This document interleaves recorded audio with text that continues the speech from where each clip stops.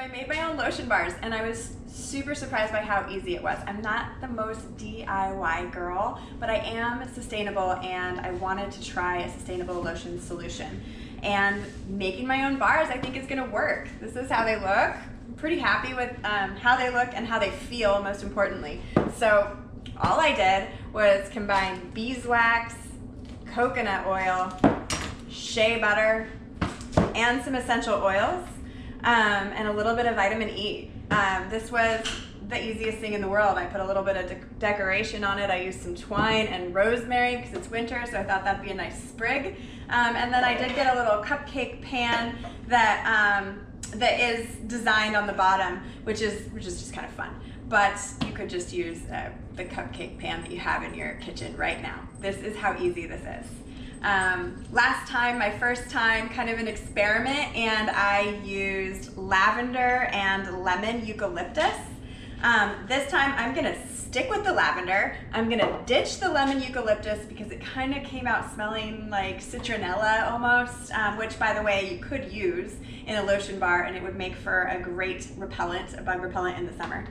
And I'm gonna add a little bit of social CBD, just a couple drops. This does not get you high, but it does add a comforting element to the lotion bar, which is kind of cool. And I'm gonna do 2 batches. I'm gonna do half with the social CBD and the lavender, and on the second batch, I am going to do coffee as an exfoliant. So, see how we do.